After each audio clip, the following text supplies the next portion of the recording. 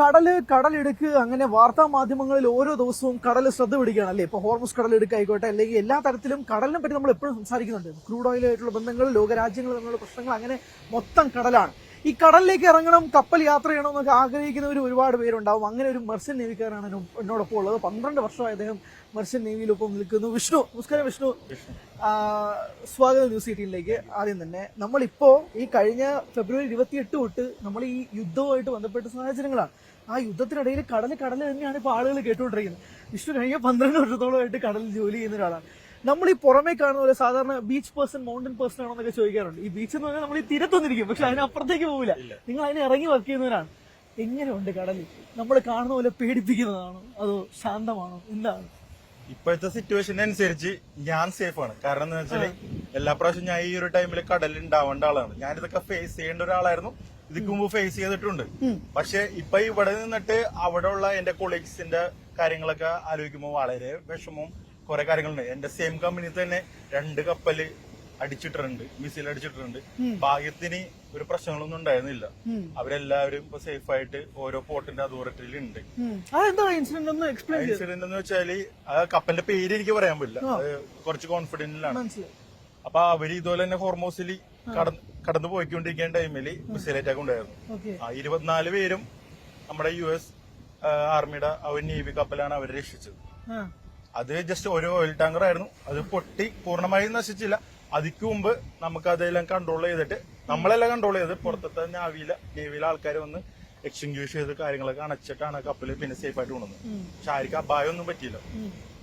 ശരിക്കും പറഞ്ഞാൽ ഞങ്ങള് പേടിക്കേണ്ടത്, മുമ്പ് എല്ലാരും പേടിക്കേണ്ട ഒരു സംഭവം എന്ന് വെച്ചാൽ പൈറസി അറ്റാക്കും ടെററിസവും ആയിരുന്നു. പക്ഷെ ഇപ്പൊ നമ്മള് നടക്കണത് ഇത് രണ്ടുമല്ല, ടെററിസവും അല്ല പൈറസിയും അല്ല, വാറാണ്. ഇത് ലാൻഡിൽ നിൽക്കുന്ന ആൾക്കാരെ അധികം ഇമ്പാക്ട് ചെയ്യൂല. കാരണം എന്ന് വെച്ചാൽ ബോർഡറിലുള്ള ആൾക്കാരെ മാത്രമേ ഇമ്പാക്ട് ചെയ്യുള്ളൂ. പക്ഷെ ഞങ്ങളെപ്പോലുള്ള സീമന്മാര് ഇതിന്റെ നടുക്കാണ് നടക്കുന്നത്. ഒരു ടീം ഇവിടുന്ന് അടിക്കുന്നു, ഒരു ടീം ഇവിടുന്ന് അടിക്കുന്നു. ഇതിന്റെ നടുക്കാരാണ് ഞങ്ങളാണ്. മനസ്സിലായോ? ഞങ്ങളെപ്പോലുള്ള ഇപ്പൊ മർച്ചന്റ് നേവിയും ഇന്ത്യൻ നേവിയും തമ്മിൽ നേവി രണ്ടിലുണ്ട്. പക്ഷെ രണ്ടിന്റെയും ദൗത്യങ്ങളും രണ്ടാണ്. അത് മിക്കവർക്കും നമ്മുടെ മലയാളികൾക്ക് അറിയില്ല. ഇന്ത്യൻ നേവി ഒരു രാജ്യത്തിന്റെ നേവി എന്ന് വെച്ചാൽ അവര് ഓൺലി ഫോർ ഡിഫൻസ് ആണ്. പക്ഷെ മർച്ചന്റ് നേവി എന്ന് പറഞ്ഞാല് ഞങ്ങളെ പോലുള്ള ഒരു സ്ഥലത്ത് നിന്ന് ഒരു സാധനം മറ്റൊരു സ്ഥലത്തേക്ക് കൊടുക്കുന്നു. അതൊരു രാജ്യത്തിന്റെ സാധനമായിരിക്കും കൊടുക്കുന്നത്. അതുകൊണ്ടാണ് ആ ഒരു ദൗത്യത്തിന്റെ ആ ഒരു കടലിലേക്കുള്ള ഒരു സെയിലിംഗ് ഇതെല്ലാം കൂടി ഉള്ളതുകൊണ്ടാണ് മർച്ചന്റ് നേവി എന്നുള്ളൊരു സംഭവം വന്നത്. അതിന്റെ അർത്ഥം ഞങ്ങളുടെ കയ്യിൽ ഗണ്ണും മിസൈലും ഇല്ല, തിരിച്ച് അറ്റാക്ക് ചെയ്യണ്ട്. ഞങ്ങൾ സാധുക്കളാണ്. ഞങ്ങൾ അതിന്റെ ഇടയിൽ കിടന്ന് വലയണത്. അതാണ് ചോദ്യം. ഇപ്പോ പുറമേ നിന്നുള്ള അറ്റാക്കുകൾ വരുന്ന സമയത്ത് പോലും നിങ്ങൾ ഹെൽപ്ലെസ് ആണ്. നിങ്ങൾക്കകത്ത് നിന്ന് നിങ്ങളെ പ്രൊട്ടക്ട് ചെയ്യാനായിട്ട് ഒന്നുമില്ല. മാത്രമല്ല നടുക്കടലിൽ ഇപ്പൊ ആർക്കെങ്കിലും എന്ത് സംഭവിച്ചാലും തൊട്ടടുത്ത ഹോസ്പിറ്റലോ കാര്യങ്ങളോ ഒന്നുമില്ല, പോകാനോ റീച്ച് ഔട്ട് ചെയ്യാനോ. നിങ്ങൾ എന്ത് വിശ്വസിച്ചാണ് നിൽക്കുന്നത് എന്നുള്ള ഒരു ചോദ്യം ചോദിച്ചാൽ എന്താ മറുപടി? ഇതിന്റെ എക്സാമ്പിളായിട്ട് കഴിഞ്ഞ കൊല്ലം എന്റെ എക്സ്പീരിയൻസ് ഞാൻ പറഞ്ഞുതരാം. കഴിഞ്ഞ കൊല്ലം സൗത്ത് കൊറിയന്ന് ജിബൂത്തി എന്നൊരു ദരിദ്ര രാജ്യമുണ്ട്. അപ്പൊ സൗത്ത് കൊറിയയിലെ ഗവൺമെന്റ് 30,000 ടൺ അരി അവർക്ക് കൊടുത്ത്. അപ്പൊ ഞങ്ങൾ ക്രോസ് ചെയ്യേണ്ടത് റെഡ് സീ എന്ന് പറയും. ഇത് HR area, high risk area. ഈ ഹോർമൂസിന്റെ അടുത്ത് തന്നെ അല്ലെങ്കിൽ പോയിക്കൊണ്ടിരിക്കുന്നത്. അതിൽ പോയപ്പോ ഞങ്ങൾക്ക് കമ്പനി തന്നത് ജർമ്മൻ വാർഷിപ്പ് ഞങ്ങളുടെ കൂടെ ഉണ്ടായിരുന്നു. കൂടെ 3 ഗൺമാന്മാര് ഞങ്ങളുടെ കൂടെ ഉണ്ടായിരുന്നു. ശ്രീലങ്കൻ ഒരു ടീമാണ്, അത് പ്രൈവറ്റ് ടീമാണ്. അവര് വരും. അവര് നമുക്ക് ഡ്രില്ലും കാര്യങ്ങളൊക്കെ ഉണ്ട്. അവർക്ക് ചെയ്യാൻ പറ്റുന്നുണ്ട് പൈറേസ് അറ്റാക്ക് വന്നാല് തിരിച്ച് ഫയർ ചെയ്യാം അവർക്ക്. അല്ലാണ്ട് ടെററിസമോ വാറോ വന്നാൽ, അന്ന് വാറില്ല, ടെററിസമാണ്. പിന്നെ ടെററിസത്തിന്റെ ഉദ്ദേശം എന്ന് വെച്ചാല് നശിപ്പിക്കുക, ബോംബിട്ട് നശിപ്പിക്കുക, അവരെ പൂർണ്ണമായിട്ട് ഇല്ലാണ്ടാക്കുക. അത് ഇപ്പൊ ഹൂതികളുടെ അറ്റാക്ക്, അവരായിട്ട് മറ്റുള്ള രാജ്യങ്ങള് പ്രശ്നമുണ്ടെങ്കിൽ ആ രാജ്യത്തിന്റെ കപ്പൽ വരുമ്പോഴാണ് ഇവര് ഫുള്ളായിട്ട് മിസൈൽ ഇട്ട് അല്ലെങ്കിൽ ഡ്രോൺ ഇട്ട് നശിപ്പിക്കുന്നത്. അപ്പൊ ആ ഒരു സമയത്ത് ഈ ഗൺമാന്മാരെന്താ ചെയ്യാ, അവർക്ക് തിരിച്ച് ചുമ്മാ ഫയർ ചെയ്യാനേ പറ്റുള്ളൂ. മിസൈൽ ഇട്ട് അവര് പറഞ്ഞ് ഞങ്ങൾ ഹെൽപ്ലെസ് ആണ്. ബാക്കിയൊക്കെ ദൈവത്തിന്റെ കയ്യിൽ വെച്ചിട്ട് നമുക്ക് എന്താന്ന് വെച്ചാൽ ചെയ്യാം, അല്ലാണ്ട് വേറെ ഒന്നും ചെയ്യാനില്ല. ഞങ്ങളുടെ കയ്യിൽ മിസൈലൊന്നുമില്ല. ആകെയുള്ള ഒരു അഫ്തഫ എന്ന് പറഞ്ഞ ഒരു 60 റൗണ്ട്സ് ഉള്ള 90 മീറ്ററിലുള്ള ഒരു സാധനം. വേറൊന്നും അവരുടെ കയ്യിലുള്ളു. ഞങ്ങൾക്ക് അത് ഉപയോഗിക്കാനുള്ള ആക്സസ് ഇല്ല.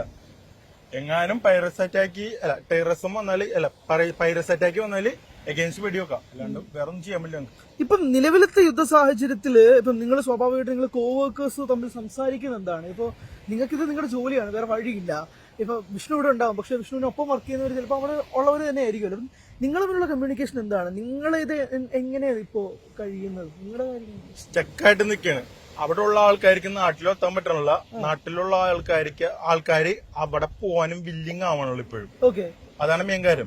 പിന്നെ ഇതിന്റെ ഇടയിൽ ഇത് ഞങ്ങ ശരിക്കും ആർമിക്കാരൊന്നുമല്ല, ഞങ്ങ ഒരു ബോർഡർ കീപ്പ് ചെയ്യുന്ന ആൾക്കാരൊന്നുമല്ല. അതുകൊണ്ട് അത്രയും ആ ഒരു ഇതേ ഉണ്ടാവുള്ളൂ.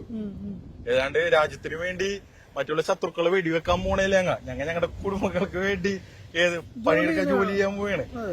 അപ്പൊ ഞങ്ങക്ക് എസ്ഓർനോ പറയാൻ പറ്റും. പക്ഷെ ഒരു നേവിന്ന ഒരു പ്രോപ്പർ ആർമിന്ന വിളിച്ചാൽ അവർക്ക് നോ പറയാൻ പറ്റൂല. അതാണ് ഡിഫറന്റ്. ഇപ്പൊ മനസ്സിലായോ? അതുകൊണ്ട് അവിടെ ഉള്ള ആൾക്കാർക്ക് സേഫ് ആയിട്ട് ഇവിടെ എത്തണം, അതാണ് അവര് ചിന്തിക്കുന്നത്. പക്ഷെ അത് ഭയങ്കര കോംപ്ലിക്കേറ്റഡ് ഉള്ള സംഭവമാണ്. കുറെ ഇൻഫ്ലുവൻസിങ്ങും കുറെ രാജ്യങ്ങൾ തമ്മിലുള്ള ഇപ്പൊ 2 ദിവസം മുമ്പ് ഇന്ത്യൻ കപ്പില് പോന്ന പഠിച്ചില്ലേ, അതുപോലെ തന്നെ ഈ അടിക്കണ ആൾക്കാർക്ക് അറിയില്ലല്ലോ എന്താണ് ഞങ്ങളുടെ സിറ്റുവേഷൻ. ഞങ്ങളുടെ ദൗത്യം എന്ന് വെച്ചാൽ ഒരു കാർഗോ, ആ കാർഗോയിലുള്ള ആൾക്കാരാണ് ഞങ്ങൾ ഓരോരുത്തർക്കും ഓരോരുത്തർ ദൗത്യങ്ങളുണ്ട്. അതെല്ലാം അതിന്റെ ഉള്ളിൽ നിന്ന് അത് ആ ഒരു കാർഗോ അവിടെ എത്തണ വരെ ഞങ്ങളുടെ ദൗത്യം സേഫ് ചെയ്യാനുള്ളത്. അപ്പൊ അത് കറക്റ്റായിട്ട് എത്തിക്കാന്നുള്ളത് ഞങ്ങളുടെ ദൗത്യം. പക്ഷെ ഇതിന്റെ ഇടയിൽ ഇങ്ങനത്തെ പ്രശ്നങ്ങൾ വരുമെന്ന് വെച്ചാല് ഫാമിലി, പിന്നെ ഇതിന്റെ ഇടയിൽ നിന്ന് കമ്പനി പ്രഷർ, ഓരോരുത്തരുടെ കോൺട്രാക്ട് കഴിഞ്ഞിട്ടും വീട്ടിൽ പോകാൻ പറ്റാത്ത ഒരു മെന്റൽ പ്രശ്നവും കാര്യങ്ങളും, അതെല്ലാമാണ് ഇപ്പൊ അവിടെ നിന്ന് അനുഭവിക്കണത്. ഉറങ്ങാൻ പറ്റൂലെന്നാണ് എന്റെ കൂട്ടുകാരൊക്കെ വിളിച്ചു പറയണത്. എന്നുവെച്ചാല് പണ്ട് ഞങ്ങൾ കപ്പല് ബ്ലാക്ക് ഔട്ട് എന്ന് പറയും, കറണ്ട് ഇല്ലാണ്ടായി പോകുമ്പോഴാണ് ഞങ്ങൾ പേടിക്കണത്. പക്ഷെ ഇപ്പൊ അത് മാത്രമല്ല, ഒരൊച്ചയും ഒരു ഫയറൊക്കെ കേട്ടാലും ആരും ഉറങ്ങാറില്ലെന്നാണ് ഇപ്പൊ പറയണത്. ഇവിടെ ഭയങ്കര ഭീതി ഉണ്ടാക്കുന്ന കാര്യമല്ലേ? അതെ, അതിന്റെ ഇടയിൽ നിന്ന് ഫാമിലിന്ന് വിളിച്ച് ഫോഴ്സ് എന്താണ് വരാത്തത് അതും, പിന്നെ അവര് ഞങ്ങക്ക് ലിമിറ്റഡ് ഇന്റർനെറ്റ് ആണുള്ളത്, അതിന്റെ പ്രശ്നവും. പിന്നെ ഞങ്ങ ഒരു രാജ്യം ഇപ്പൊ ഹോർമുസിൽ എല്ലാരും ആങ്കറിട്ട് കിടക്കണം, അങ്ങാട് ഇങ്ങോട്ട് മൂവ്മെന്റ് ഇല്ല. അപ്പൊ എന്താ മെയിൻ പ്രശ്നം എന്ന് വെച്ചാല് മെഡിസിനും ഫുഡും കിട്ടൂല. മെഡിസിനും ഫുഡും കിട്ടണമെന്നുണ്ടെങ്കിൽ ഏതെങ്കിലും രാജ്യത്ത് അടുക്കണ്ട ചേട്ടാ, ഇല്ലേ? അപ്പൊ അല്ലെങ്കിൽ ഞങ്ങ കുറെ നാളെ ആങ്കർ കിടന്നാല് വേറൊരു ചെറിയ ബോട്ട് കപ്പലിലോട്ട് സപ്ലൈ ഉണ്ടാവും. ഞാൻ ചോദിക്കുന്നത്, നിങ്ങൾ കപ്പൽ വിടുന്ന അല്ലെങ്കിൽ ഇവിടെ നിന്നാണെങ്കിലും അത് എത്തിക്കാനുള്ള മാർഗം വേറെ ഉണ്ടാവും. ചെറിയ ബോട്ടിൽ നിന്ന് കൊണ്ടുവന്ന് എത്തിക്കാന്നുള്ളൂ. പക്ഷെ അത് ഇപ്പൊ പോസിബിൾ അല്ല. അങ്ങനെ ഒരു ബോട്ട് സർവീസും ഇല്ല. അതൊക്കെ പ്രൈവറ്റ് സെക്ടറാണ്. അങ്ങനെ ഒരാളും ഇപ്പൊ വില്ലിങ് അല്ല. പിന്നെ എങ്ങനെ ഞങ്ങൾക്ക് ഭക്ഷണം കിട്ടും, മെഡിസിൻ കിട്ടും? ഇതെല്ലാം ഒരു ക്വസ്റ്റ്യൻ മാർക്കാണ്. ഇതെല്ലാം ഈ രാജ്യങ്ങളെ ഇടപെട്ടിട്ട് അതിനൊരു ഞങ്ങൾക്ക് വേണ്ടി ഒരു ഹെൽപ്പ് ഇപ്പൊ സെറ്റ് ആയിട്ടില്ല. ഇപ്പോഴും ആൾക്കാര് മെഡിസിനും ഫുഡിനും സഫർ ചെയ്യുന്നുണ്ട്. ഇതൊക്കെ ഒരു ആൾക്കാരൊന്നും പറയണില്ല. ഞാൻ അവിടെ ഉണ്ടെങ്കിൽ ഞാൻ എന്ത് റോള് പ്ലേ ചെയ്യുമെന്ന് അത് എനിക്കും ഈ കപ്പലിൽ ഇപ്പോഴും നാട്ടിൽ നിൽക്കണ വർക്ക് ചെയ്യുന്ന എക്സ്പീരിയൻസ് ഉള്ളവർക്ക് മനസ്സിലാവും ഒരു സിറ്റുവേഷൻ. ഇപ്പൊ ലാസ്റ്റ് കപ്പലിൽ ഒരു 6 months ago ഞങ്ങൾ ജിബൂത്തിന്ന് സുഡാനിലേക്ക് പോയി. ഇതൊക്കെ യുദ്ധത്തിന് മുന്നേ ഉള്ള സംഭവം. ഇതും ഒരു എക്സാമ്പിൾ ആണ്. ഹൂതികളുടെ അറ്റാക്കായിരുന്നു അപ്പൊ ഏറ്റവും കൂടുതൽ ഉള്ളത് ആ ഒരു ഹോർമൂസിന്റെ അടുത്ത് തന്നെ. സുഡാനിലോട്ട് പോയപ്പോ ഇവന്മാരെന്താ ചെയ്തെന്നറിയോ? ഇവന്മാര് നമ്മുടെ റഡാർ സിസ്റ്റം അതിന്റെ ആ ഒരു റേഡിയോ സിഗ്നലും കാര്യങ്ങളൊക്കെ ജാമായിക്കളെ. ഞങ്ങൾക്ക് ഇതില്ലാണ്ട് കപ്പലൊരു സ്ഥലത്ത് മുന്നോട്ട് നാവിഗേറ്റ് ചെയ്യാൻ പറ്റില്ല. എന്നിട്ട് അവസാനം സുഡാൻ ആ ഒരു രാജ്യത്തിന്റെ അവിടെ എത്തണേക്കാൾ തൊട്ടു മുമ്പ് എല്ലാം പോയി. കപ്പൽ എങ്ങാടാണ് പോണേന്ന് നമ്മുടെ ഗൂഗിൾ മാപ്പ് ഇപ്പൊ ചേട്ടനെ വിട്ട് നിൽക്കണേ. ഗൂഗിൾ മാപ്പ് കാണിക്കേണ്ട ചേട്ടൻ തൃശ്ശൂരാന്ന് പറയണേ. അങ്ങനെ കപ്പലിന്റെ അവസ്ഥ എവിടെ ഓഫീസർ പറയണേ, എടാ ഒരു രക്ഷയുണ്ടായില്ല, വെളുപ്പിനായ സംഭവം നടക്കണത്. ഈ രാജ്യത്തോട്ട് എത്താണേക്കും ഈ ഹൂതികൾ ഇത് പ്രശ്നമായി കളഞ്ഞു, ജാമായി കളഞ്ഞു. എന്നിട്ട് അവസാനം ക്യാപ്റ്റനൊക്കെ വിളിച്ചിട്ട് എല്ലാം സെറ്റ് ചെയ്ത്, പിന്നെ പണ്ടത്തെ ആ ഒരു സ്റ്റാറും പിന്നെ ഒരു എന്തോ ഭാഗത്തിനൊരു നമ്മുടെ ഇതില് ലൈറ്റ് ഹൗസ് ഇതിന്റെ വെട്ടോ കണ്ടാണ് ഞങ്ങൾ ഉള്ളിൽ കയറി. അങ്ങനത്തെ സിറ്റുവേഷൻ ആയിരുന്നു. നിങ്ങൾക്ക് പരാതി പറയാൻ ഒരു സംവിധാനമോ? പരാതികൾ ഞങ്ങൾക്ക് അങ്ങാടും ഇങ്ങോട്ടും പറയാനേ പറ്റുള്ളൂ. കമ്പനിക്ക് ഒരു ലിമിറ്റേഷൻസ് ഉണ്ട്. അതിന്റെ മുകളിലെ IMO കാര്യങ്ങളൊക്കെ ഉണ്ട്, ഇന്റർനാഷണൽ മെറിറ്റൈൻ ഓർഗനൈസേഷൻ. ഇവരൊക്കെയാണ് ഇതിന് കാര്യങ്ങൾ എടുക്കേണ്ടത്, തീരുമാനങ്ങൾ എടുത്തിട്ടുണ്ട്. ഇതിന്റെ ഇടയിലുള്ള ഗവൺമെന്റും വിടും, രാജ്യങ്ങൾ വിടും. ഓരോ രാജ്യത്തും ഓരോരോ നിയമങ്ങളാണ് കടലിൽ. അത് വലിയൊരു സംഭവമാണ്. ഇതിന്റെ ഇടയിൽ നമ്മ ഈ കേരളത്തിലെ ഒരു ചെറിയ ആള് ആ ഒരു കേരളത്തിലൊരു ക്യാപ്റ്റൻ വിചാരിച്ചാലും ലിമിറ്റേഷൻസ് ഉണ്ട് കാര്യങ്ങൾക്ക്. അതാണ് പ്രശ്നം. ഇപ്പൊ ഇടയ്ക്ക് സീസ് ഫയർ ഒക്കെ വരുന്ന ഒരു സമയത്ത് നിങ്ങളിലായിരിക്കുമല്ലോ കുറച്ചുകൂടെ ഒരു ആശ്വാസം ഉണ്ടായത്. പക്ഷെ ഇടയ്ക്ക് വെച്ച് ഉണ്ടായെങ്കിൽ പോലും പിന്നീടും അറ്റാക്കുകൾ ഉണ്ടാക്കുന്ന ഒരു സാഹചര്യങ്ങളൊക്കെ ഉണ്ടായി. അപ്പൊ നിങ്ങൾക്ക് ഇത് പൂർണ്ണമായും ഇത് കംപ്ലീറ്റ്ലി ഒരു ആശ്വാസം ഉണ്ടാക്കുന്ന രീതിയിലേക്ക് ഇതുവരെ എത്തിയിട്ടില്ല അല്ലേ? ഇപ്പോഴും എത്തിയിട്ടില്ല. ഞങ്ങളുടെ ദൗത്യം എന്ന് വെച്ചാല് ഇപ്പൊ ഒരു സൈക്ലോൺ വന്നാലും ഒരു വാറ് വന്നാലും കമ്പനി പറയാ ഗോ ഹെഡ് എന്ന് പറയുള്ളൂ. ഞങ്ങൾ അതിന് പ്രിപ്പയർഡ് ആയിക്കണം. ഞങ്ങൾക്ക് അതിനുള്ള ട്രെയിനിങ് തന്നിട്ടുണ്ട്. അതാണ് ഇപ്പൊ ഒരു പൈറസി അറ്റാക്ക് വന്നാൽ എന്ത് ചെയ്യണം, കപ്പലിൽ ഒളിച്ചിരിക്കാനുള്ള സ്ഥലങ്ങളുണ്ട്. അതൊക്കെ ഞങ്ങൾക്ക് ട്രെയിനിങ് ചെയ്ത ആൾക്കാരുകൾക്ക് മാത്രം അറിയുള്ളൂ. അടുത്ത സ്റ്റെപ്പ് എന്താണ്, എവിടെ നിൽക്കണം, എവിടെ നിൽക്കിയാല് ഏത് രാജ്യത്തിന്റെ അടുത്ത് പോകും സിഗ്നല്, ഇങ്ങനത്തെ സിറ്റുവേഷൻ ആണെന്ന് എങ്ങനെ അറിയിക്കണം, ഇതൊക്കെ ഭയങ്കര കോൺഫിഡൻഷ്യൽ കാര്യങ്ങളൊക്കെയാണ് കപ്പലിലുള്ളത്. അപ്പൊ നമ്മൾ ഈ കാണുന്ന അത്ര മനോഹരമായിട്ടുള്ള പരിപാടിയല്ലേ പ്രൊഫഷൻ എന്ന് വെച്ചാൽ? നല്ല രസം, ലക്ഷങ്ങൾ ശമ്പളം, പിന്നെ ഏത് രാജ്യത്ത് വന്നാലും വിസ വേണ്ട, ഒന്നും വേണ്ട, പുറത്തോട്ടിറങ്ങാ. എന്റെ റീൽസും കാര്യങ്ങളൊക്കെ കണ്ടിട്ടാണ് ഇപ്പൊ വ്യൂവേഴ്സ് ഈ ഒരു പ്രൊഫഷനിലോട്ട് ഇങ്ങനെ എത്താൻ നോക്കണത്. ഡെയിലി മെസ്സേജ് വരും, ചേട്ടാ എങ്ങനെയാണ്. പക്ഷെ അവരൊക്കെ വെറുതെ കാലത്ത് എനിച്ചിട്ട് പല്ലും കൂടെ തേക്കാണ്ട് ബ്രേക്ക്ഫാസ്റ്റ് കൂടെ കഴിക്കാണ്ട് ഇങ്ങനെ റീൽസ് ഞോണ്ടൂലേ, അതുപോലെ എല്ലാ കാര്യങ്ങള് കാണാൻ രസമാണ്. പക്ഷെ ഇതെല്ലാം ഇപ്പൊ ഒരു രാജ്യത്ത് പോയിട്ട് അമേരിക്കയിൽ ചെന്ന് 10 പൈസ ഇല്ലാണ്ട് അമേരിക്കയിൽ എത്തി അടിച്ചു പൊളിക്കണമെന്നുണ്ടെങ്കിൽ അതിന്റെ ബാക്കിൽ കുറെ എഫേർട്ട് ഉണ്ട്. അതൊക്കെ ഇപ്പോഴത്തെ ന്യൂ ജനറേഷൻ പിള്ളേരോട് പറഞ്ഞാൽ മനസ്സിലാവൂല. ഇപ്പൊ അല്ലെങ്കിൽ ആരെങ്കിലും എന്നാ ഇങ്ങനെ അടിപൊളി ഒരു ജോബ് ഇത് പിടിച്ചോ, ഫ്ലൈറ്റ് ടിക്കറ്റ് എല്ലാം കഴിയണമെന്ന് ആരെങ്കിലും എടുത്ത് തരൂ? ഇല്ല. നമ്മ വർക്ക് ചെയ്യണം. മെയിൻ ആയിട്ട് discipline. Navy, merchant navy, air force എന്നൊക്കെ പറഞ്ഞാൽ ഡിസിപ്ലിൻ ആണ് മെയിൻ ആയിട്ട് വേണ്ടത്. ആ ഒരു സംഭവം ഇപ്പൊ എനിക്ക് ഇന്നലത്തെ എക്സ്പീരിയൻസ് ഞാൻ പറയാം. ഞാൻ ഓഫീസിൽ പോയിട്ട് ചുമ്മാ പോയാണ്, അവിടെ അടുത്ത് പോയപ്പോ പോയാണ്. അപ്പൊ എന്നോട് അവിടുത്തെ ഒരു ക്യാപ്റ്റൻ പറഞ്ഞു, why are you here without proper civil dress, formal dress ഇല്ലാണ്ട് എന്തിനാ വന്നെന്ന് ചോദിച്ചു. ചുമ്മാ ഓഫീസിൽ പോയതാ? ചുമ്മാ പോയപ്പോ ചോദിച്ചാ. എന്നിട്ട് ഞാൻ കാണാൻ വന്ന ആളെ പിടിച്ച് ഫയർ ചെയ്ത പുള്ളി. ഫയർ ചെയ്തെന്ന് വെച്ചാല് തന്റെ റെഫറൻസിന് വന്ന ആളാണ്, പറഞ്ഞൂടെ ഫോർമൽ ഡ്രസ്സിൽ വന്നൂടെന്ന്. അതൊക്കെ കപ്പലിൽ പോലെ. പക്ഷെ അല്ല, ഞങ്ങൾ ഇവിടെയും അതൊക്കെ കീപ്പ് ചെയ്ത് പോണം. പക്ഷെ ഇപ്പോഴത്തെ ആൾക്കാർക്ക്, ഇപ്പോഴത്തെ പിള്ളേരോട് അത് പറഞ്ഞാൽ മനസ്സിലാവില്ല. ഇപ്പൊ ഈ ഭയങ്കര വെയിലാണ്. ഇപ്പൊ തന്നെ നമ്മൾ നിൽക്കുമ്പോ പോലെ ഞാൻ എനിക്ക് നേരെ നോക്കാൻ പോലും പറ്റത്തില്ല. പക്ഷെ ഞാൻ പറയുന്നത് ഈ ചൂട് പോലും, ഞാൻ ഇന്നലെ കഴിഞ്ഞ ദിവസം കുറച്ച് 4 ദിവസം മുമ്പ് വിഷ്ണു ഒരു പോസ്റ്റ് ചെയ്ത് ഞാൻ കണ്ടു. ഈ ചൂടുമായി ബന്ധപ്പെട്ട് നിങ്ങൾ തണുപ്പിക്കുന്ന അല്ലെങ്കിൽ ആ ഒരു സെഷനുമായി ബന്ധപ്പെട്ട് നിങ്ങൾ ഇതിനൊക്കെ നൽകുന്ന ട്രെയിനിങ് എന്താണ്? അതോടൊപ്പം തന്നെ ഈ ചൂട് വിത്ത്സ്റ്റാൻഡ് ചെയ്യാന്ന് പറഞ്ഞ പരിപാടി ചെറുതൊന്നും. ചൂടിന്റെ കേസ് ഇപ്പൊ പറയാൻ പറ്റിയ ഒരു സംഭവം ഞാൻ ഒരു കുറെ ഇന്റർവ്യൂല് അത് പറഞ്ഞിട്ടുണ്ട്. ചൂടെന്ന് പറഞ്ഞാൽ നമ്മ നിസ്സാരമായിട്ട് കാണരുത്. ഇപ്പൊ ആൾക്കാരിവിടെ മരിക്കുന്നുണ്ട്. ഇപ്പോഴാണ് നമ്മ അതൊക്കെ മുന്നോട്ട് നിർത്തി അതൊക്കെ കാണുന്നതും എക്സ്പീരിയൻസ് ചെയ്യണതും. 2014 ഞാൻ ഫസ്റ്റ് ഷിപ്പിൽ ജോയിൻ ചെയ്തപ്പില്ലേ, ചൂട് കൊണ്ടിട്ട് 21 വയസ്സുള്ള ചെക്കൻ മരിച്ചുണ്ട്. എന്റെ മുമ്പിൽ കിടന്നാ മരിച്ചു. ഞാൻ ഇന്റർവ്യൂ പറഞ്ഞിട്ടുണ്ട്. അത് നമ്മുടെ ജബലലി കണ്ടെയ്നർ ടെർമിനലായിരുന്നു. ഞങ്ങ അങ്ങാട് പോയിക്കൊണ്ടിരിക്കുകയായിരുന്നു. അപ്പൊ ആ ഒരു കപ്പലിന്റെ പേരൊന്നും ഞാൻ പറയാനുള്ള, ഫുഡും വെള്ളവും കറക്റ്റായിട്ട് കിട്ടാത്ത കൊണ്ട് ഒരു കപ്പല് ഒരു പോർട്ടിലോട്ട് അടുപ്പിക്കുന്ന വെച്ചാൽ വലിയൊരു പ്രൊസീജിയറാ. അപ്പൊ ആ ഒരു ടൈമില് ഭയങ്കര വെയിലായിരുന്നു. 3 പേര് കഴിഞ്ഞു. അലാറവും കാര്യങ്ങളൊക്കെ ഇട്ടിട്ടാണ് ഞാൻ ഫ്രണ്ടിലോട്ട് പോയത്. എനിക്കന്ന് 19 വയസ്സുള്ളൂ. ഞാൻ ഫ്രണ്ടിലോട്ട് ഓടിയപ്പില്ലേ 3 പേര് കിടക്ക നിലത്ത്. കപ്പലെടുക്കണില്ല. എമർജൻസി കാര്യങ്ങളും ദുബായിലെ എല്ലാ എയർപോർട്ട് അതോറിറ്റി മെഡിക്കൽ ടീമൊക്കെ വന്ന് കിടക്കാം. പക്ഷെ കപ്പലെടുക്കാണ്ട് എന്ത് ചെയ്യും? എനിക്ക് മാനേവറിയും കാര്യങ്ങളൊക്കെ ഞങ്ങൾ പഠിച്ചുള്ള, ഞങ്ങൾ വേറെ സെക്ഷനാ. ഞാനൊരു ഷെഫാണ്, ചീഫ് കുക്കാണ്. എനിക്ക് പരിമിതികളുണ്ട് ടെക്നിക്കൽ പരമായ കാര്യങ്ങളിലൊക്കെ. എന്നിട്ട് ഞാൻ ചെന്ന് റോപ്പൊക്കെ പിടിച്ച് എല്ലാം സെറ്റാക്കി സ്ട്രക്ചറൊക്കെ എടുത്തോണ്ട് വന്ന് കപ്പലിന് ജോയിൻ ചെയ്തിട്ട് 30 ദിവസം പോലും ആയിട്ടില്ല. അതിന്റെ ആദ്യത്തെ കപ്പലാണ്. എന്നിട്ട് 2 പേര് ഉണർന്ന്, 3ാമത്തെ സ്ട്രക്ചറിലൊക്കെ ആക്കി ഇങ്ങനെ അങ്ങ് കൊണ്ടുപോയിരുന്നു. അവൻ ഛർദിച്ച് എന്റെ കയ്യിലെ ഛർദിച്ച്. 2ാമത്തെ ഛർദി ചോരായിരുന്നു. അത് കഴിഞ്ഞ് കൊണ്ടുവന്ന് ആക്കി 2 ദിവസം കഴിഞ്ഞിട്ടാണ് ആ ഹോസ്പിറ്റലിൽ പോയ 3 പേര് 2 പേര് തിരിച്ചു വന്നു. ഒരാള് എന്താന്ന് വെച്ചപ്പോ മരിച്ചു എന്ന് പറഞ്ഞു. എന്താ കാര്യം? വെള്ളത്തിന്റെ അംശമൊക്കെ കുറഞ്ഞിട്ട് പൊട്ടാസ്യം ഇൻക്രീസ് ചെയ്ത്. പിന്നെ കറക്റ്റായിട്ട് ഫസ്റ്റ് എയ്ഡ് കൊടുക്കാൻ പറ്റിയില്ല. ഛർദിച്ചപ്പോ ഫസ്റ്റ് എയ്ഡ് കറക്റ്റായിട്ട് കൊടുത്തില്ലെങ്കിൽ ഇവിടെ ചോക്കായി പോകും.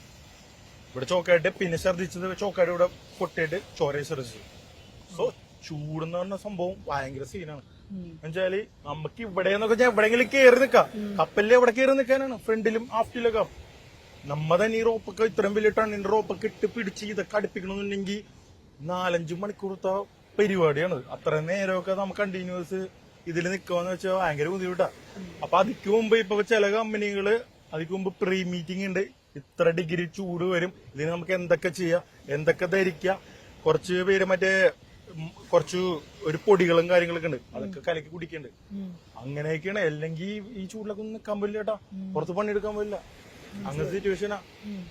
ഇപ്പം ഈ മത്സ്യ നേവിയിൽ ജോലി കിട്ടുക എന്ന് പറയുന്നത് എളുപ്പ പരിപാടി അല്ലെന്നാണ് ഞാൻ മനസ്സിലാക്കുന്നത്. അങ്ങനെയാണെങ്കിൽ തന്നെ നമുക്ക് കിട്ടുന്ന ബെനിഫിറ്റ്സ് എന്താ? നമ്മൾ സ്വാഭാവികമായിട്ടും ജോലിയാണ്, അതിന്റേതായ സ്ട്രെസ്സുകൾ. ബെനിഫിറ്റ്സ് എന്ന് വെച്ചാല് സീറോ ടാക്സ്. എത്ര ലക്ഷം ചേട്ടൻ ഉണ്ടായിരിക്കും? ഞാനൊരു മിനിമം നമ്മുടെ മലയാളി വ്യൂസിന് അറിയാത്തൊരു സംഭവമുണ്ട്. ഒരു ക്യാപ്റ്റന് ഒരു മാസം 14 ലക്ഷം രൂപ കിട്ടണം എന്ന് പറഞ്ഞാൽ വിശ്വസിക്കും. നമ്മുടെ ഇവിടെ 14 ലക്ഷം രൂപ ഉണ്ടാക്കണമെന്ന് വെച്ചാല് എങ്ങനെ ഉണ്ടാവും? അപ്പൊ ആ മർച്ചന്റ് നേവി കോഴ്സ് പഠിച്ചാൽ 14 ലക്ഷം രൂപ വരെയും ഒരു കാർഗോ ഷിപ്പ് നമുക്ക് ഉണ്ടാക്കാം. ഏറ്റവും കുറഞ്ഞത് 1 ലക്ഷം. ആലോചിക്കുക, ചേട്ടൻ ഒരു പാത്രം കഴുകണത് അല്ലെങ്കിൽ ഒരു അടിച്ചു വാരുന്ന ഒരാളായാലും 1 ലക്ഷം രൂപയാണ് വിത്തൗട്ട് ടാക്സ് ചേട്ടൻ കിട്ടുന്നത്. Plus limited access to entire country. നമ്മൾ രാജ്യത്ത് വന്നാലും നമ്മൊന്നും അറിയണ്ട, നമുക്കുള്ള പാസ് പുറത്തേക്ക് പോവാൻ, നമുക്കുള്ള ടാക്സി, നമുക്കുള്ള പ്രിവിലേജ്, ഇതെല്ലാം എല്ലാ രാജ്യത്തും കമ്പനികൾ നമുക്ക് സെറ്റാക്കി തരും. നമുക്ക് കുറെ റൈറ്റ്സ് ഉണ്ട്. ഇന്ന രാജ്യത്ത് പോയാല് ഈ ഇന്ന രാജ്യത്ത് നമുക്ക് ഇറങ്ങാൻ പറ്റണം ഫ്രീ ആയിട്ട്. അതുപോലെ തന്നെ ആ രാജ്യം നമുക്ക് വേണ്ടി ഫ്രീ വൈഫൈ തരും. ചില രാജ്യങ്ങളിൽ ഫ്രീ ഫുഡ് തരും. ചില രാജ്യങ്ങൾ ഇതുപോലെ തന്നെ കുറെ ക്യാമ്പിങ്ങും കാര്യങ്ങളൊക്കെ നടത്തും. അതൊക്കെ ഭയങ്കര കാര്യങ്ങളാണ്. അതൊക്കെ ഒരു സിറ്റിസനും കിട്ടാത്ത സംഭവങ്ങളാണ്. പിന്നെ ഓരോരോ സിറ്റിസനും സീഫെയറേഴ്സ് എന്ന് തന്നെ ഒരു നെയിം ടാഗാണ് എല്ലാവർക്കും ഉള്ളത്. അത് ഓരോരോ സ്ഥലത്ത് നിന്നാലും ഓരോരോ റൂൾസ് ആയിരിക്കും, പക്ഷെ എല്ലാരും ഈക്വൽ ആയിരിക്കും. അത് പെണ്ണായാലും ആണായാലും. ഇപ്പൊ ഇവിടെ ഒരു പെണ്ണ് വരായിരുന്നു വെച്ചാൽ ഇന്റർവ്യൂവിന്, പക്ഷെ അൺഫോർച്ചുനേറ്റ്ലി ഒരു കുട്ടിയുടെ ഓറൽ എക്സാമിന്റെ ടൈം ആയതുകൊണ്ട് വരാൻ പറ്റിയില്ല. അല്ലെങ്കിൽ ഒരു സി വുമന്റെ ഒരു എക്സ്പീരിയൻസ് നമുക്ക് കേൾക്കായിരുന്നു. സെറ്റ് ആകണം. ഇപ്പൊ ഈ പറഞ്ഞ പോലെ തന്നെ മർച്ചന്റ് നേവിയില് അല്ലെങ്കിൽ ഈ ടാക്സ് ഫ്രീ ആണ് ഇതൊക്കെയാണെന്ന് പറഞ്ഞാൽ പോലും ഇപ്പൊ നമ്മൾ സൂചിപ്പിച്ച പോലെ തന്നെ ഈ പ്രശ്നങ്ങളും അതിന്റെ കൂട്ടത്തിലുണ്ടല്ലോ. ഞാൻ ചോദിക്കുന്നത്, നിങ്ങൾ ഇന്റേണലി ഇത് സോൾവ് ചെയ്യാനായിട്ടുള്ള വേറെ മെത്തേഡ്സ് ഉണ്ടാവോ? അല്ലെങ്കിൽ ഓക്കെ ഈ പറയുന്ന രീതിയിലുള്ള പ്രിക്കോഷൻസ് ഫേസ് ചെയ്യുക, മുന്നോട്ട് പോവുക എന്നത് തന്നെയാണ് എപ്പോഴും നിൽക്കുന്നത്. അല്ലാതെ ഇതിനൊരു എക്സ്ട്രാ ആയിട്ടൊരു ഞങ്ങൾക്ക് എന്ത് സംഭവം എന്ന് വെച്ചാല്, ഇപ്പൊ ലാസ്റ്റ് ഒരു 1 വീക്കിന് മുമ്പ് തന്നെ ഉള്ള ഇൻസിഡന്റ് പറയാം. നമ്മുടെ ഇന്ത്യൻ കപ്പൽ 2 കപ്പലിന് അടിച്ചായിരുന്നു. എന്തുകൊണ്ട്? അവർക്ക് ഇറാൻ ഒഫീഷ്യലി പാസ് കൊടുത്തു. ഒഫീഷ്യലി നിങ്ങളോട് പൊക്കോളാൻ പറഞ്ഞു. അതിന്റെ റെക്കോർഡും കാര്യങ്ങളൊക്കെ എപ്പോഴുന്ന കാര്യം എന്ന് വെച്ചാൽ ബ്രിഡ്ജിൽ നാവിഗേഷൻ ഒഫീഷ്യലി എല്ലാ കോൺവെർസേഷനും റെക്കോർഡ് ഇടാം. അപ്പൊ ഇങ്ങനെ ഒരു ഗവൺമെന്റ് നമുക്ക് ഓക്കെ നിങ്ങൾ ഗോ ഹെഡ് എന്ന് പറഞ്ഞാൽ ക്യാപ്റ്റൻ അതനുസരിച്ച് കമ്പനിയോട് നമ്മുടെ രാജ്യത്തിനോടൊക്കെ പെർമിഷൻ എടുത്തിട്ട് മുന്നോട്ട് പോയിട്ടും അവരടിച്ചു. എന്നിട്ട് അവർ നമ്മ തിരിച്ചു പോന്നു. അല്ലാണ്ട് നമുക്ക് നേരെ പോകാനാ റൈറ്റ് എടുക്കാനാ ലെഫ്റ്റ് എടുക്കാനാ അധികാരം ഞങ്ങൾക്കില്ല. അല്ല, അതെന്തായിരിക്കും അങ്ങനെ ഒരു തീരുമാനം? ഇപ്പൊ അവിടെ നിന്ന് പാസ് ഇട്ട് ഓക്കെ പറഞ്ഞിട്ടും പിന്നെ എന്തുകൊണ്ടായിരിക്കും അത് ഉണ്ടായെന്നാണ്? അതിന്റെ എക്സാമ്പിൾ എന്ന് വെച്ചാൽ ഇപ്പൊ ട്രംപ് പറയണ ഞങ്ങ ഇന്ന് നിർത്തി, അവര് പറയണ ഞങ്ങൾ ഇന്ന് നിർത്തി, ലീവാണെന്ന് പറയണേ, എന്നിട്ട് അടിക്കണില്ലേ? ഇല്ലേ? അവർക്കൊരു കോർഡിനേഷൻ ഇല്ല. പിന്നെ ട്രംപ് എന്ന് പറയുന്നല്ലേ നാളെ പറയുന്നത്. അപ്പൊ നമ്മുടെ കേസ് എന്ന് വെച്ചാൽ അവര് ചിലപ്പോ മറന്നോട്ടുണ്ടാവും. അപ്പൊ കുറച്ച് കഴിയുമ്പോ ഞങ്ങളുടെ കപ്പൽ ഇങ്ങനെ മൂവ് ആവണം അവര് കണ്ടിട്ടുണ്ടാവും. അവര് മറന്നോട്ടുണ്ടാവും, ചിലപ്പോ അതടിച്ചിട്ടുണ്ടാവും. ഇതാണെങ്കിൽ സിമ്പിൾ ആയിട്ട് പറയുള്ളൂ. എന്റെ ഉള്ളില് രാഷ്ട്രീയപരമായോ അല്ലെ ടെക്നിക്കൽ പരമായോ ഒന്നുമില്ല. ഡൗട്ട്സ് ആണ്, നമുക്ക് നിങ്ങളോടല്ലേ ചോദിക്കാൻ പറ്റുള്ളൂ. ചില കാര്യങ്ങളൊക്കെ പണ്ട് വാർന്നൊക്കെ പറഞ്ഞ ഭയങ്കര സീരിയസ് ഇഷ്യൂ ആയിരുന്നു. ഇപ്പൊ ഇന്ന് പറയണതല്ല നാളെ അവര് ചെയ്യണതും അവരടിക്കണതും ഇല്ലേ? അതാണ് ഇപ്പൊ നടന്നുകൊണ്ടിരിക്കുന്നത്. ഇപ്പൊ ഹോർമൂസില് കുറെ പേര് പെട്ടെടുക്കുന്നുണ്ട്, പക്ഷെ അവര് പതുക്കെ പതുക്കെ പുറത്തോട്ട് പോരാൻ നോക്കിയാണ്. അതുകൊണ്ട് ഇപ്പൊ നമ്മുടെ ട്രേഡിങ് ഇവിടെ കുറഞ്ഞെന്ന് തന്നെ പറയാം. ഏറ്റവും കൂടുതൽ ട്രേഡിംഗ് ഉണ്ടായ സ്ഥലമാണ് നമ്മുടെ ഹോർമൂസ് ഏരിയയും കാര്യങ്ങളും നമ്മുടെ UAE പെട്രോളിയം ആൻഡ് ഗ്യാസ്. ഞാൻ ശരിക്കും പറഞ്ഞാല് വർക്ക് ചെയ്തത് നമ്മുടെ ഹിന്ദുസ്ഥാൻ പെട്രോളിയല്ലേ, ഇന്ത്യയിലെ ഹിന്ദുസ്ഥാൻ പെട്രോളിയത്തിന്റെ അണ്ടറിൽ വരുന്ന BW എന്ന് പറഞ്ഞ നോർവീജിയൻ കമ്പനിയുടെ സീനിയർജി മാനേജ് ചെയ്യുന്ന കപ്പലിലാണ് ഞാൻ വർക്ക് ചെയ്തത് 3 കൊല്ലം. ഞങ്ങളുടെ ദൗത്യം എന്താണെന്നറിയോ? മെയിനായിട്ട് ഇന്ത്യയിലേക്ക് LPG കൊണ്ടുവന്നതായിരുന്നു ഞങ്ങളുടെ ദൗത്യം. ഖത്തറിൽ നിന്നും അബുദാബിയിൽ നിന്നും സൗദി അറേബ്യയിൽ നിന്നൊക്കെ ഞങ്ങൾ അവിടെ നിന്ന് ഇവിടെ കൊണ്ടുവരാം. വേറെ എങ്ങും കപ്പല് പോവില്ല. ഇതായിരുന്നു ഫിക്സഡ് റൂട്ടായിരുന്നു. 35,000 metric ton. എത്ര കോടിയാന്നും പറയാനുള്ള അതിന്റെ സംഭവം എന്ന് വെച്ചാല് ഇതൊരു ലിവിങ് ന്യൂക്ലിയർ ബോംബാണ്. മനസ്സിലായോ? ഒരു സിലിണ്ടർ പൊട്ടിത്തെറിച്ചാൽ എന്താവും ചേട്ടാ? നിങ്ങൾ കുറെ റിപ്പോർട്ട് ചെയ്യാറല്ലേ? 35,000 മെട്രിക് ടണ്ണൊക്കെ പൊട്ടിത്തെറിച്ചാലുള്ള അവസ്ഥ ഒന്ന് ആലോചിച്ച് അങ്ങനത്തെ ഒരു ദൗത്യമായിരുന്നു ഞങ്ങൾ ഏറ്റെടുത്തത്. പിന്നല്ലാണ്ട് ഇതെന്താ സംഭവം എന്ന് വെച്ചാൽ ഇത്രയും സൈബർ സെക്യൂരിറ്റിയും കാര്യങ്ങളൊക്കെ ഞങ്ങൾ ഇത്ര സ്ട്രിക്റ്റ് ആയിട്ട് നിൽക്കണമെന്ന് വെച്ചാല് ക്യാഷ് ഫോർമലായിട്ട് നിൽക്കുകയെന്ന് വെച്ചാല് ഇത് നിങ്ങൾ ചിന്തിക്കാത്തൊരു കാര്യം പറയാം. ഈ 35,000 മെട്രിക് ടൺ കപ്പാസിറ്റി ഉള്ള ഒരു കപ്പല് ഒരു ടീം ഹൈജാക്ക് ചെയ്ത് ഫ്ലൈറ്റൊക്കെ ഹൈജാക്ക് ചെയ്യണം, കപ്പൽ ഹൈജാക്ക് ചെയ്ത് നേരെ കൊണ്ടുവന്നിട്ടില്ലേ നമ്മുടെ കൊച്ചിയിലിടിച്ച് വൈപ്പില്ലി ഇവിടുത്തെ ടെർമിനൽ ഇടിച്ചെന്ന് വെച്ചോ. എന്തായിരിക്കും ഇമ്പാക്ട്? ഒരു 10-25 കിലോമീറ്റർ ചുറ്റളവില് ഒരു അംശം പോലും ഉണ്ടാവൂല. ചില്ലറ കളിയല്ല. അതാണ് ഇത്രയും സെക്യൂരിറ്റിയും കാര്യങ്ങളൊക്കെ ഇതിനുള്ളത്. ഒരാള് പുറത്തുനിന്ന് വന്നിട്ട് ഒരു പെൻ ഡ്രൈവ് എടുത്തിട്ട് കുത്താൻ സമ്മതിക്കില്ല ഞങ്ങളുടെ ക്യാപ്റ്റൻ. അതും സൈബർ സെക്യൂരിറ്റി പെടും. മനസ്സിലായോ? അങ്ങനെ ഇതിന്റെ ബാക്കിൽ കുറെ കാര്യങ്ങളുണ്ട്. വാർ മാത്രമല്ല, വാർ ഇപ്പൊ വന്നതല്ലേ. പൈറസിയും ടെററിസ്റ്റ് അറ്റാക്കും ഞങ്ങൾ എല്ലാ ദിവസവും നേരിടുന്ന ഒരു സംഭവമാണ്. 65 രാജ്യങ്ങളിൽ കവർ ചെയ്തിട്ടുള്ള. അതെ അതെ.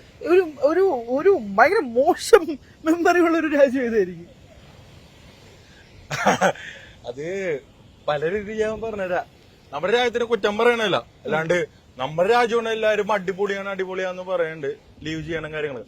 നമ്മുടെ സിസ്റ്റം കുറച്ച് മാറ്റി പിടിച്ചാല് അടിപൊളിയാകും. അവരെന്ന് വെച്ചാൽ ഇപ്പൊ കസ്റ്റം ആയാലും ഏതൊരു ഫെസിലിറ്റി ആയാലും ഏതൊരു അതോറിറ്റി ആയാലും കപ്പൽ ഇൻസ്പെക്ട് ചെയ്യാൻ വരുമ്പോ ഞാൻ കണ്ടിട്ടുണ്ട്. കപ്പൽ ഇൻസ്പെക്ട് ചെയ്യാം, ഓക്കെ, ഞാൻ ഗാലി ഡിപ്പാർട്ട്മെന്റിലെ ആൾക്കാരാണ്. ഫുഡ് ആൻഡ് ബിവറേജ്, അതിന്റെ ഫുഡ് സെക്യൂരിറ്റി കാര്യങ്ങളിലെ ഇൻചാർജ് ചെയ്യാനാണ്. അപ്പൊ ഇതൊക്കെ കുറെ റെക്കോർഡ് ചെയ്യേണ്ട കുറെ പേര് വരും ഇൻസ്പെക്ട് ചെയ്യാനൊക്കെ. അവര് വന്നിട്ട് ചോദിക്കണ കാര്യങ്ങളൊക്കെ കേട്ടാലേ ഞെട്ടിപ്പോ. പൈസയും കാര്യങ്ങളൊന്നുമല്ല. ചേട്ടാ ആ ജാം എടുത്തോട്ടെ, ചേട്ടാ ആ ഹണി എടുത്തോട്ടെ, ചേട്ടാ അലൂമിനിയം ഫോയിൽ എടുത്തോട്ടെ, ചേട്ടാ ചിക്കൻ എടുത്തോട്ടെ ഫ്രോസൺ. ഇതുവരെ കേൾക്കാവുന്ന ഒരു അവസ്ഥയാണ്. മനസ്സിലായോ? ഇതുപോലെ തന്നെ പുറത്തോട്ട് പോയാലും ഭയങ്കര ഇൻകറപ്റ്റ് ആണ് നമ്മുടെ മിക്ക പോർട്ടുകളും. അതെന്നും മാറുന്നു. ഞാനൊരു പോർട്ടിന്റെ കാര്യം പറയാം, അഴിമതി കൊണ്ട് നിറഞ്ഞിരിക്കുന്നതാണ്. രക്ഷയില്ല. അത് തന്നെ ഒരു സെക്യൂരിറ്റി ബ്രീച്ച് അല്ലേ ഏട്ടാ? ആയിരിക്കും എന്ത് വേണേലും കൊണ്ടുപോവാ ഇറക്കാം. പിന്നെ എന്തൊക്കെ പാസ് ചെയ്യണമെന്ന് നമുക്കറിയില്ല. ഏറ്റവും കൂടുതൽ എന്ന് വെച്ചാല് ചില കപ്പൽ എന്ന് വെച്ചാല് കണ്ടെയ്നർ ഷിപ്പുകളാണ് മെയിനായിട്ട് ഇവിടെ വരുന്നു, നമ്മ ഇറക്കുന്നു പോകുന്നു. നമുക്ക് എന്താണ് അതിന്റെ ഉള്ളിൽ ഉള്ളത് നമുക്കറിയില്ല. അതിന്റെ ഉള്ളില് പല കാര്യങ്ങളും ഉണ്ടാവും. പക്ഷെ പെടുമാര് വിടും, ക്യാപ്റ്റനും കമ്പനിയും പെടും. പക്ഷെ ഇതെല്ലാം ഒരു KGF ആണ് നമ്മുടെ രാജ്യം. അപ്പൊ ആ 65 രാജ്യങ്ങളിൽ പറയാനുള്ളത് ഇന്ത്യ ആയിരിക്കും. ഇല്ല, ഇന്ത്യ അത്രക്ക് മോശം പറയാനില്ല. കാരണം എന്ന് വെച്ചാല് ഏറ്റവും അമേസിംഗ് ആയിട്ട് എനിക്ക് തോന്നിയതെന്ന് വെച്ചാല് ജപ്പാൻ. അമേരിക്ക അല്ല, ജപ്പാൻ. ഏറ്റവും എല്ലാം സുതാര്യമാണ്. എന്റെ പൊന്നാലെ അവിടുത്തെ ഫെസിലിറ്റിയും കാര്യങ്ങളും വേറെ ലെവലാണ്. അപ്പൊ ഞാൻ ഇപ്പൊ ടൈം സ്ക്വയറിൽ പോയിട്ടുണ്ട് നമ്മുടെ ന്യൂയോർക്കില്. അവര് 10 to 15 years അഡ്വാൻസ്ഡ് ആണെന്ന് പറയണത്. ടൈം സ്ക്വയറിൽ പോയാൽ അറിയാം. പക്ഷെ ആ ഒരു പാർട്ട് മാത്രമുള്ളൂ നമുക്ക് കണ്ടാല് ഇങ്ങനെ പറയാൻ പറ്റുള്ളൂ. ജപ്പാൻ ഈസ് ഓൾവേസ് എല്ലാ സ്ഥലത്തും ഈച്ച് ആൻഡ് എവരി സ്ഥലത്ത് നോക്കിയാലും അത് അഡ്വാൻസ്ഡ് ആണ് എല്ലാ കാര്യങ്ങളും നോക്കിയാലും. പിന്നെ സൗത്ത് കൊറിയ പാവം കുഞ്ഞിര ഇല്ല കാമൻ കോയറ്റ്. നമ്മുടെ ഇന്ത്യൻ റുപ്പിയുള്ള പല സാധനങ്ങൾക്കും അവിടെ ഫുഡായാലും മദ്യമായാലും ഡ്രസ്സായാലും കോസ്മെറ്റിക് എന്ത് ലിവിങ് കോസ്റ്റ് ആയാലും സൗത്ത് കൊറിയ എന്ന് പറഞ്ഞാൽ അത്ര അടിപൊളി സിസ്റ്റമാറ്റിക് ഒരു രാജ്യമായിട്ട് എനിക്ക് തോന്നുന്നത്. കമ്പയറിംഗ് ടു ജപ്പാൻ എക്സ്പെൻസീവ് വളരെ കുറവാണ് സൗത്ത് കൊറിയ. മനസ്സിലായി. ഇപ്പം ഇനി എങ്ങനെയാ വിഷ്ണുവിന്റെ പ്ലാൻ? ലൈക്ക് ഇപ്പൊ എപ്പോഴാണ് ജോയിനിങ്? തിരിച്ച് ഈ ഇഷ്യൂസ് ഒക്കെ കഴിഞ്ഞിട്ടാണോ?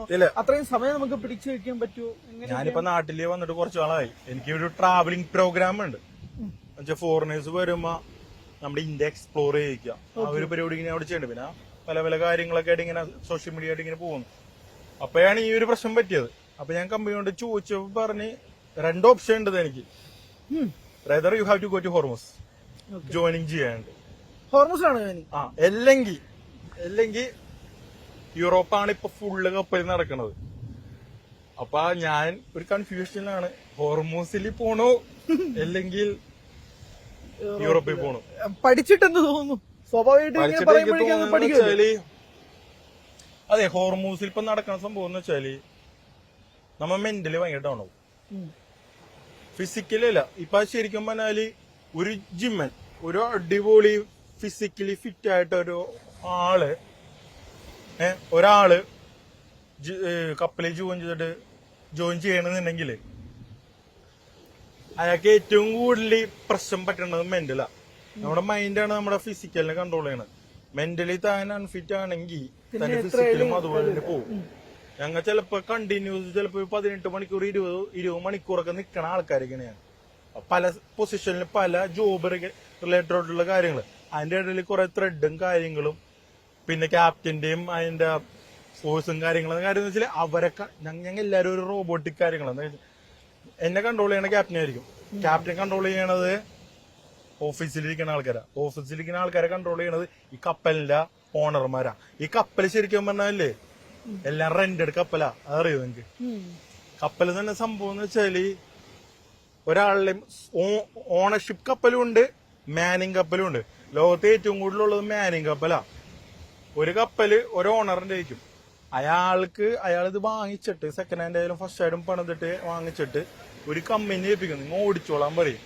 എനിക്കൊരു മാസം ഒരു $25,000 $30,000 മതി ഒരു ദിവസം. മീൻസ് എനിക്കൊരു ദിവസം ഒരു 30 ലക്ഷം രൂപ മതി വാടക ആയിട്ട്. നിങ്ങൾ ഓടിച്ചോളാൻ പറയും. നിങ്ങൾ എന്ത് വേണമെങ്കിലും ചെയ്യാൻ എനിക്ക് കുഴപ്പമൊന്നുമില്ല.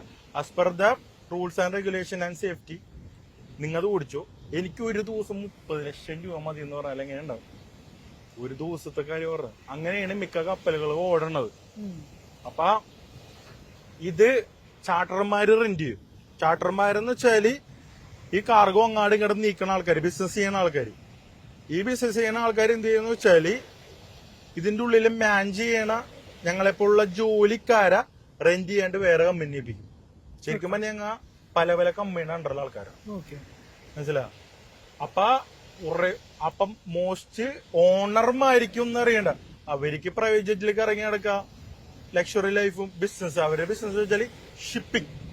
ഇതാണ് വെച്ചാൽ അവരെന്താ വെച്ചാൽ കപ്പല് വാടക കൊടുത്തേക്കുന്നു. അവർക്ക് വേറെ ഒന്നിനെ കുറിച്ചും യുദ്ധം വന്നാ എന്ത് വന്നാ അവർക്ക് അറിയേണ്ട ആവശ്യമുണ്ട്. കാര്യം എന്ന് വെച്ചാൽ ഇത് ഇൻഷുറൻസ് ആണ്. മനസ്സിലായി. പക്ഷെ അങ്ങനെ ഈ യുദ്ധം വരുന്ന സാഹചര്യത്തിൽ പോലും ഈ റെന്റ് അപ്പൊ പിന്നെ എങ്ങനെ ചെയ്യാൻ പറ്റുക? ലൈക്ക് നിക്കല്ലേ, വനങ്ങാൻ പറ്റില്ല. ഇത് ചാർട്ടർമാര് വഹിക്കേണ്ടി വരും. ചാർട്ടർമാര് എന്ത് ചെയ്യും?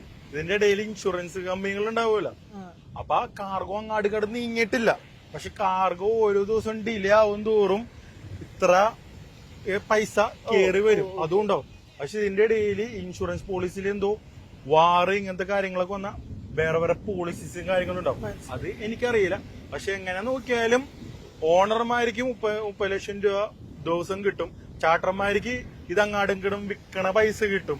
അതിന്റെ ഇടയിൽ ഞങ്ങൾക്ക് കിട്ടുന്ന പൈസ എന്ന് വെച്ചാൽ ഞങ്ങളെ മാൻ ചെയ്യണ കമ്പനി അവരാണ് ഞങ്ങൾക്ക് പൈസ തന്നത്. ഞങ്ങൾക്ക് കിട്ടുന്നത് വളരെ തുച്ഛമായ കാര്യങ്ങളാണ്. പക്ഷെ മില്യൺ ഡോളേഴ്സ് കമ്പയർ ചെയ്യുമ്പോൾ തുച്ഛമാണ്. പക്ഷെ ഇതിന്റെ ഇടയിൽ പ്രഷർ എടുക്കണ ആരാ? ഞങ്ങളാ. മിസൈല് ആരെ തലക്ക വീണ്? ഞങ്ങളെ തലക്ക വീണ്. മരിച്ചു കഴിഞ്ഞാൽ എന്ത് കുറച്ച് പൈസ കിട്ടും. പിന്നെ നേവിയിലായാലും ആർമിയിലായാലും മറിച്ച് നേവിയിലായാലും കിട്ടിയിട്ട് വല്ല കാര്യമുണ്ടോ? മരിച്ചിട്ട് കിട്ടിയിട്ട് എന്ത് കാര്യം?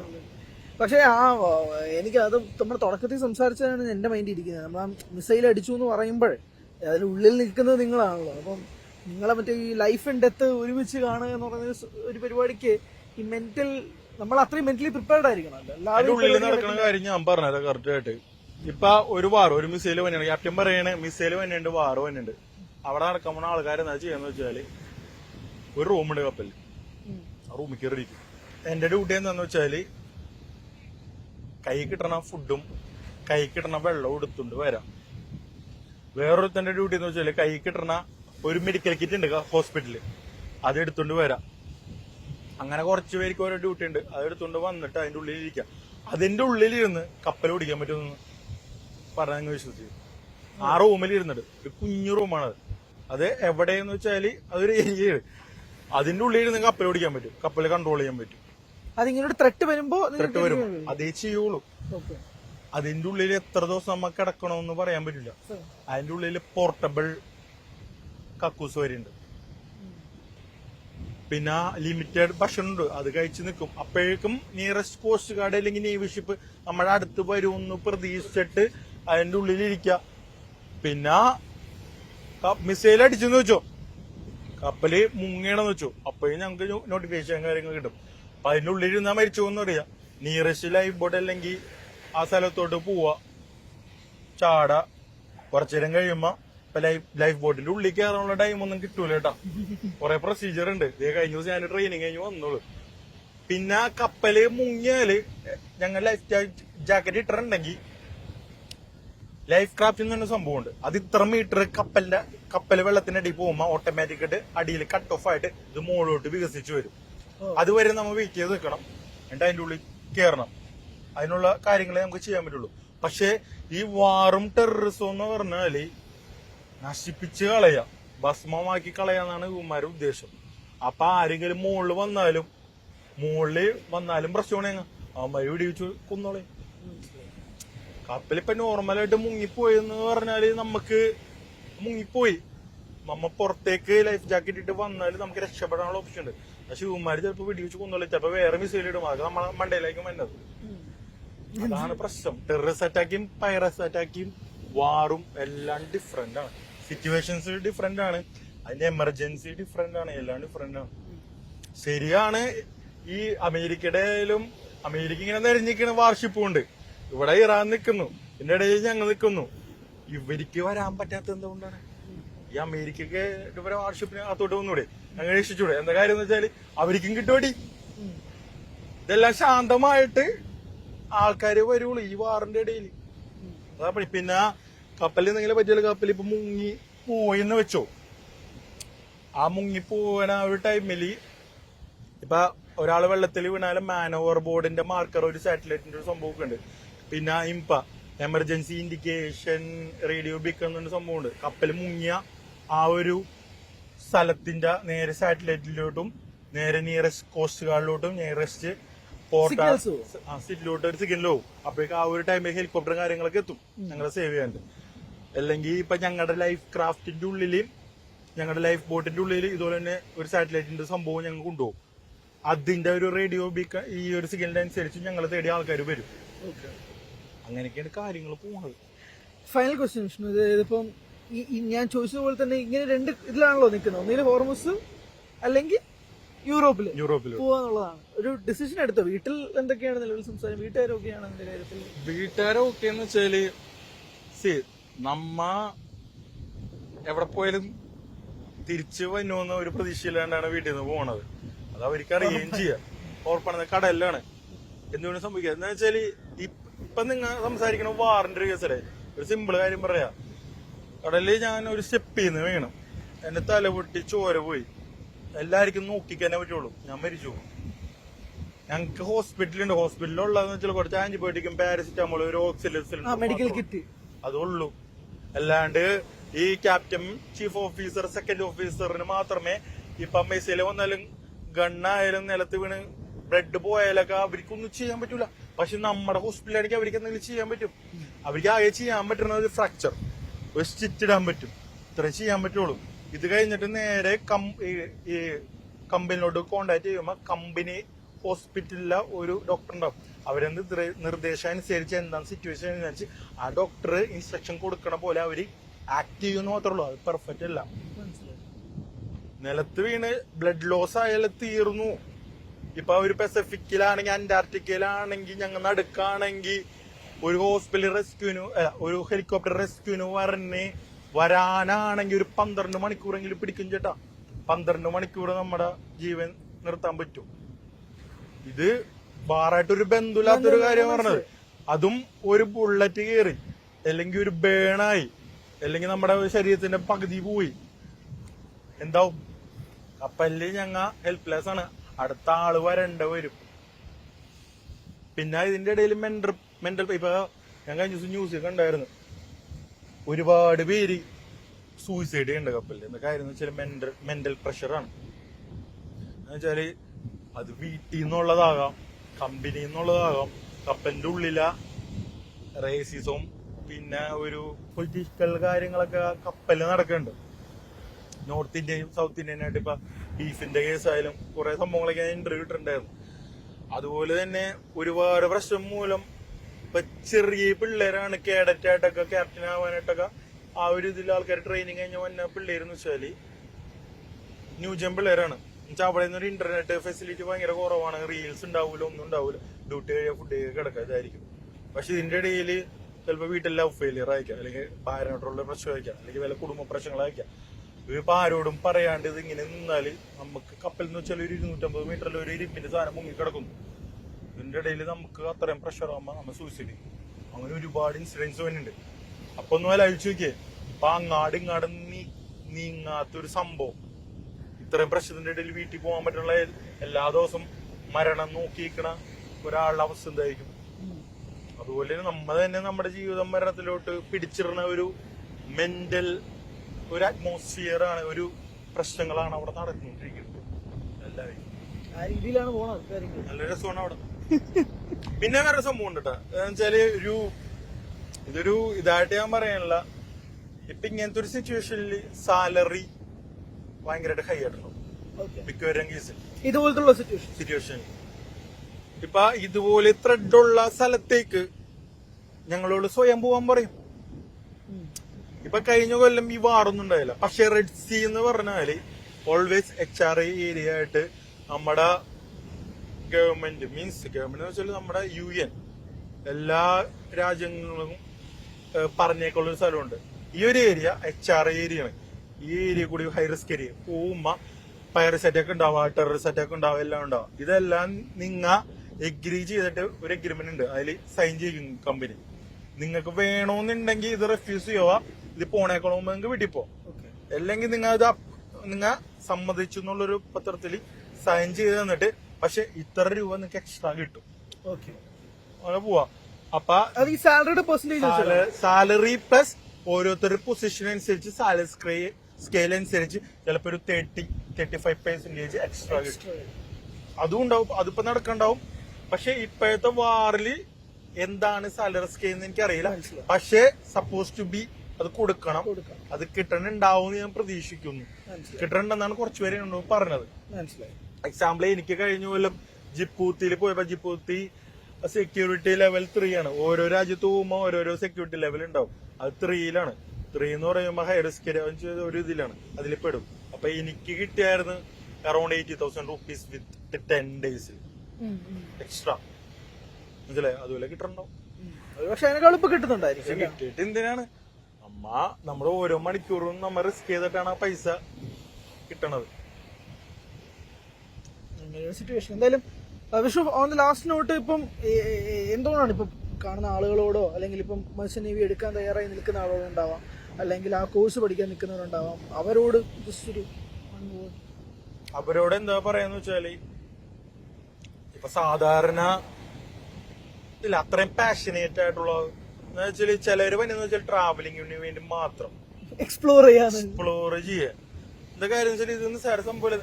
നീ ഇവരെന്ത് വിചാരിച്ചു, ഇപ്പൊ വന്യാണ് ഒരു ചെക്കൻ മർച്ചന്റ് നേവി പോയാലും, ഇപ്പൊ ഞാൻ സൗത്ത് കൊറിയയിൽ പോയാലും അടിച്ചു പൊളിക്കാം, അല്ലെങ്കിൽ അമേരിക്ക പോയാലും അടിച്ചു പൊളിക്കാം, അല്ലെങ്കിൽ ഇവിടുന്ന് ഫ്ലൈറ്റ് ടിക്കറ്റ് എടുത്തിട്ട് അവിടെ പോണേനും ഇത് ഫ്രീ ആയിട്ട് പോയാണ്.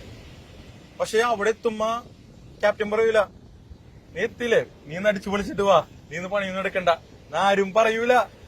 ഞാനും എല്ലാരും പോണേന്ന് വെച്ചാല് ഇപ്പൊ എന്റെ ഡ്യൂട്ടി കഴിഞ്ഞ് ഈ ഒരു ഡ്യൂട്ടി എനിക്ക് കുറച്ച് നേരത്തെ തീർക്കാൻ പറ്റും എന്റെ ഒരു പ്രൊഫഷൻ അനുസരിച്ച്. അത് കഴിഞ്ഞ് അടുത്ത എന്റെ ഡ്യൂട്ടിക്ക് കയറുന്ന ഒരു ടൈമില് അതിന്റെ ഇടയിൽ എന്റെ റെസ്റ്റ് അവർ ഉണ്ടാവും. ഞാൻ ഉറങ്ങിയിരിക്കുക, എന്തെങ്കിലും ചെയ്യാതിരിക്കുക, ആ ഒരു ടൈമില് മാത്രമേ എനിക്ക് പോകാൻ പറ്റുള്ളൂ. അത് കഴിഞ്ഞാലേ ഞാൻ നേരെ ഡ്യൂട്ടി കയറണേ.